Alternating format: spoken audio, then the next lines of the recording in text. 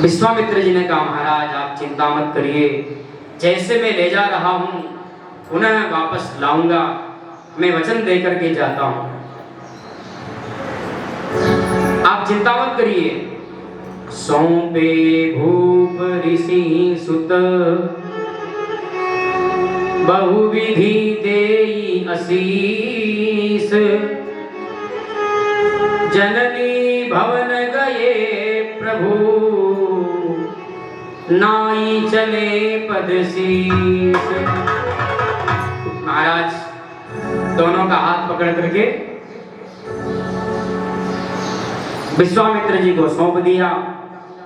ये दोनों बालक हैं। कहा ठीक है, आप महाराज चिंता मत करिए। राम लक्ष्मण ने कहा हम माता की आज्ञा लेकर के आते हैं, प्रणाम करके आशीष लेकर के आते हैं। तुरंत गए भवन में और माँ को प्रणाम करके तुरंत वापस आ गए।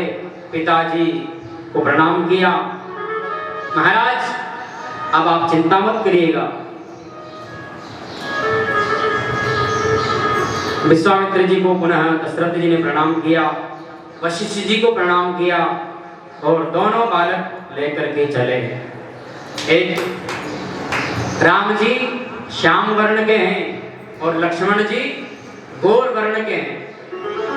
महाराज ले जाइए आप। विश्वामित्र जी ने सोच लिया कि ओहो, आज इन दोनों बालक को लेकर के मैं धनपति कुबेर बन गया। ऐसा मानो कि मैंने कोई निधियां, अष्ट सिद्धियां, 9 निधियों को मैंने प्राप्त कर लिया हो। ऐसा अपने आप को वह धन्य मानने लग गए। मुझे आज 8 सिद्धियां प्राप्त हो गई, 9 निधियां मुझे प्राप्त हो गई हो, ऐसा आनंद मान करके प्रभु को वंदन करके लेकर के चले हैं। चले जात मुनि दीन दिखाई। जैसे ही महलों से चले हैं, थोड़े ही चले होंगे, जंगल आया। जंगल में भयानक एक राक्षसी दिखाई दी जिसका नाम ताड़का। यह भी यज्ञ को विध्वंस करती थी। राम जी ने कहा, गुरुदेव इतनी भयानक ये कौन है? वशिष्ठ जी ने, विश्वामित्र जी ने कहा कि राम यही राक्षसी है। ऐसे एक नहीं अनेकों दैत्य आएंगे, राक्षस आएंगे, उनका ही तो उद्धार करना है। तो हे राम, ये ताड़का है, इसे मार डालो। राम जी ने धनुष खींच लिया, बाण चढ़ाया और बाण चला करके एक ही बाण में उस ताड़का का उद्धार कर दिया। बोले रामचंद्र भगवान की। एक ही बाण प्राण हर लेना, एक ही बाण में अपना उसे धाम पहुंचा दिया, उसका उद्धार कर दिया। फिर वहां से आगे चले। अब बालक रहे ही, भूख लगती है, प्यास लगती है। भाई बिना प्यासे, बिना पानी पिए कितने दिन व्यक्ति रह सकता है? बिना भोजन किए कितने दिन रह सकता है? एक दिन मुश्किल से एक दिन रहेगा, उस दिन भी जिस दिन से रोज भोजन करता है ना, उस दिन से वो ज्यादा आहार ग्रहण कर लेगा। आज तो मेरे व्रत है, आज तो मेरे व्रत है, ये व्रत का आसरा लेकर के, सहारा लेकर के ज्यादा खा जाएगा। और मान लो व्रत रह गया तो शाम को तुरंत भोजन। और वास अगर रह गया, एक तो उपवास, शाम को भोजन कर लो, एक होता है वास। एक तो उपवास, एक समय भोजन करने का, और वास दूसरे दिन भोजन करने का। लेकिन इस उपवास का अर्थ समझिए आप। उप माने पास में रहना, वास माने निवास करना, उप यानी समीप। किसके पास रहना? बोले भगवान के पास रहना। अब ये नहीं कि आप भगवान के पास रहने का मतलब कि मंदिर में जाकर के बैठ जाओ, मंदिर में नहीं। उपवास का मतलब भगवान को अपने पास रखो और मंत्र जाप रटते रहो, दिन भर भगवान के नाम का संकीर्तन करते रहो, यही उपवास का मतलब है।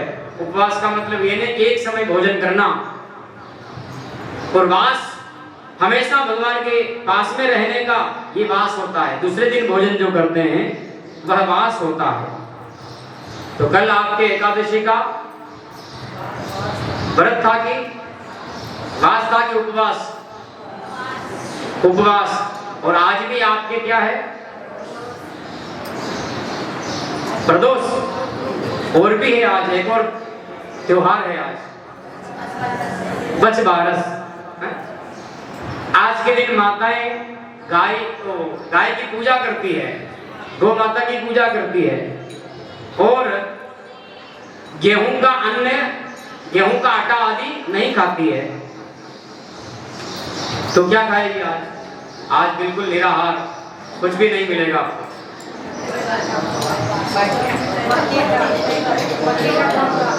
हाँ, उपाय तो है कि उपाय गऊ नहीं तो अपने मक्खी का ढोकड़ा ही ठीक है।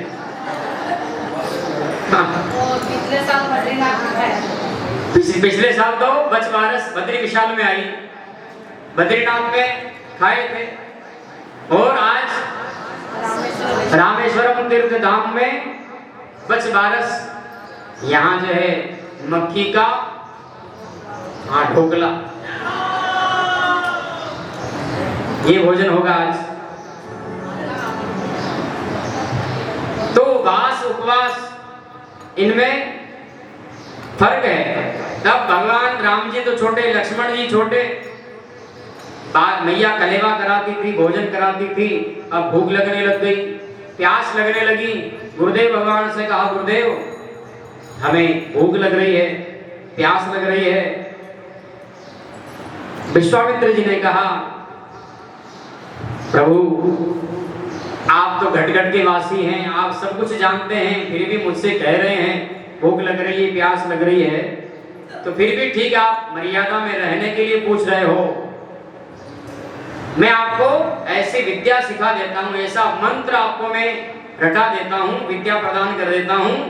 उस मंत्र को, विद्या को आप पढ़ लोगे, ग्रहण कर लोगे, तो आपको न भूख लगेगी न आपको प्यास लगेगी। ऐसी विद्या विश्वामित्र जी महाराज ने भगवान को सिखा दी, जिससे न भूख लगे, न प्यास लगे, न थकान आवे। ऐसी विद्या वो है, वो सिखा दी। तुरंत आगे बढ़े, वहां से चलते चलते गुरु विश्वामित्र जी का आश्रम आया, रात्रि विश्राम किया। गुरुदेव के चरणों की सेवा करके गुरुदेव भगवान ने विश्राम किया। राम जी लक्ष्मण जी भी सोए। प्रातः काल हुआ, उठे, और वही उनका दिनचर्या नियम,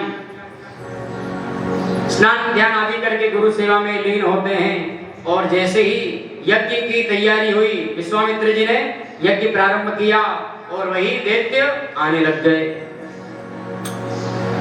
विश्वामित्र जी ने कहा कि देखो, अब मैं यज्ञ प्रारंभ कर रहा हूं और आप यज्ञ की रक्षा करना।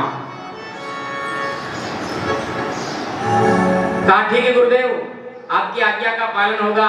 राम लक्ष्मण यज्ञ की रक्षा के लिए पहरेदार बने हैं और यज्ञ की रक्षा या रखवाली कर रहे हैं। इधर विश्वामित्र जी ने यज्ञ आरंभ किया। स्वाहा स्वाहा यज्ञ हो रहा है, और ये स्वाहा की धुन सुन करके, आवाज को सुन करके निशाचर दैत्य आने लग गए। कौन आया?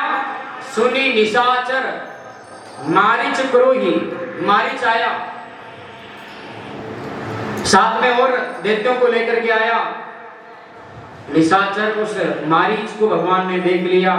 भगवान ने सोचा कि इसको मारना नहीं है, इस मारीच का काम आगे लीला में भी काम आएगा, इसलिए उसको मारा नहीं। बिना फण वाला बाण चढ़ाया, जो तीखी नोक होती है ना बाण के आगे, उसे फण कहते हैं, अणी भी कहते हैं उसे। तीखी तीखी नोक जो होती है, वो भगवान ने नहीं लगाई उस बाण में। बिना फण वाला ही, बिना तीखी नोक वाला बाण भगवान ने चढ़ाया, मारीच को मारा, और जैसे ही मारीच को बाण लगा तो 100 योजन दूर जाकर के समुद्र के पार गिर पड़ा। 100 योजन समुद्र के पार जाकर के वो गिर पड़ा। फिर सुबाहु आया, भगवान ने अग्नि बाण चलाया और सुबाहु का भी संहार कर डाला। जो जो दैत्य आते हैं भगवान उनका उद्धार करते जाते हैं। सारे दैत्यों को भगवान ने अपने धाम पहुंचा दिया है, उनको गति प्रदान कर दी है। अब कोई राक्षस नहीं बचा। विश्वामित्र जी ने कहा, अरे राम, अरे लक्ष्मण, वास्तव में आपने सारे दैत्यों को, दुष्टों को, निशाचरों को मार डाला है, आपने यज्ञ की रक्षा करी है। विश्राम करने लग गए। उसी समय कहते हैं कि जनकपुर से, मिथिला से एक निमंत्रण आया हुआ महाराज विश्वामित्र जी के पास। विश्वामित्र जी ने देखा कि ओहो, इस राम लक्ष्मण ने हमारे यज्ञ की रक्षा तो कर ली है, सारे निशाचरों का उद्धार कर दिया है, लेकिन अब जनक जी महाराज का यज्ञ अभी अधूरा पड़ा हुआ है। निमंत्रण भी आया हुआ है, अब जो उस जनक जी महाराज के यज्ञ की रक्षा करनी है, उसको भी पूर्ण करना है। मुनिवर के साथ में राम लक्ष्मण को लिया। विश्वामित्र जी ने कहा, चलो अब यहाँ से हम आगे चलते हैं, दंडक वन से आगे चलते हैं। आगे चले तो बड़ा जंगल, जहां कोई भी जीव जंतु नजर नहीं आ रहा है, वीरान एक आश्रम पड़ा हुआ है। राम जी ने पूछ लिया,